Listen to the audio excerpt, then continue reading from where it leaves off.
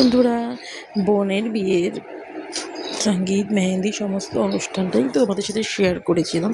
তো এবারে শেয়ার করছি বোনের বিয়ের দিনের সকাল থেকে, মানে হেলদি টাইম থেকে। তো এখানে দেখো অলরেডি নাচানাচি চলছে, আর আমরা কিন্তু অলরেডি সেজে গুজে দাঁড়িয়ে রয়েছি।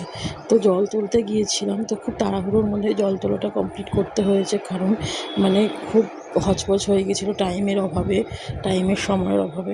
তো এখানে দেখো বোনের কিন্তু হালদি অনুষ্ঠান শুরু হয়ে গিয়েছিল, আর এদিকে আমার পুতুল একটু কান্নাকাটি শুরু করেছিল ঘুমের জন্য। তো ওই জন্য আমি চলে গিয়েছিলাম আর হালদি অনুষ্ঠানটাতে খুব একটা থাকতে পারিনি।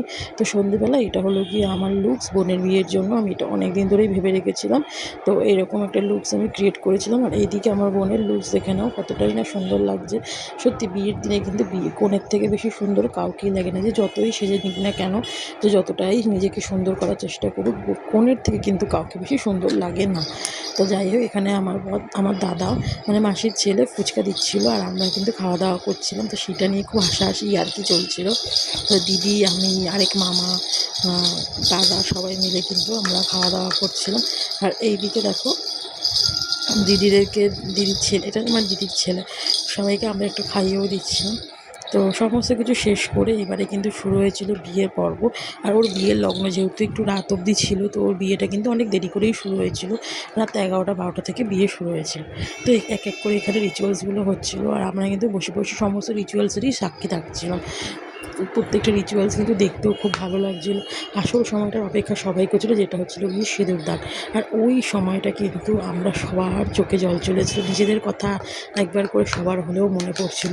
তো এখানে 7 পাক হচ্ছিল, আর আমি কিন্তু খুব ইয়ার্কি করছিলাম, খুবই ইয়ার্কি মারছিলাম 7 পাকে বাঁধার সময়। আর এই যে সেই সেরা মুহূর্তটা, যে সেরা মুহূর্তটার জন্য সমস্ত মেয়ে অপেক্ষা করে, সমস্ত আত্মীয় স্বজন অপেক্ষা করে, সবাই অপেক্ষা করে।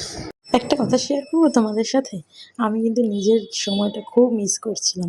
অ্যাকচুয়ালি মিস করছিলাম না, খুব মনে পড়ছিল যে সেই সিঁদুরদানের মুহূর্তটা যখন প্রথম সিঁদুর পরিয়ে দিল আমাকে, নিজেকে স্ত্রী মনে হচ্ছিল, বউ ফিল হচ্ছিল। তো যাই হোক, এইটা কিন্তু খুব দারুণ একটা রিচুয়ালস।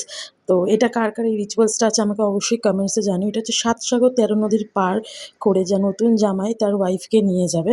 তো এই রিচুয়ালসটা কার কার আছে অবশ্যই আমাকে জানিও। আর এরপর শুরু হয়ে গেল বিয়ের পরে রিচুয়ালসগুলো। এটা হচ্ছে গিয়ে মানে নতুন জামাই যে সে সমস্ত চালটাকে ছড়িয়ে দেবে, আর যে নতুন বউ, যে কনে, সে পুরো চালটাকে গুছিয়ে জায়গায় রাখবে। মানে তার সংসারের দায়ভার কিন্তু সমস্তটাই কনের হাতে, মানে বউয়ের হাতে, লক্ষ্মীর হাতে। তো যাই হোক, এইটা আরেকটা রিচুয়ালস। এইটা হচ্ছে গিয়ে মাথার মুকুটের যে পালকগুলো, ওইগুলোকে জলের মধ্যে ঘুরিয়ে দেওয়া। এই সমস্ত কিছু শেষ হতে প্রায় 3টে বেজে গেছিলো। এরপরেই আমার বোনের বিদায়ের সময় হয়ে যাবে। তো এই রিচুয়ালসগুলো তো চলতেই থাকবে, সমস্ত বিয়েতেই থাকে। তো তোমরা অবশ্যই কমেন্টসে জানিও যে ভিডিওটা কেমন লাগলো।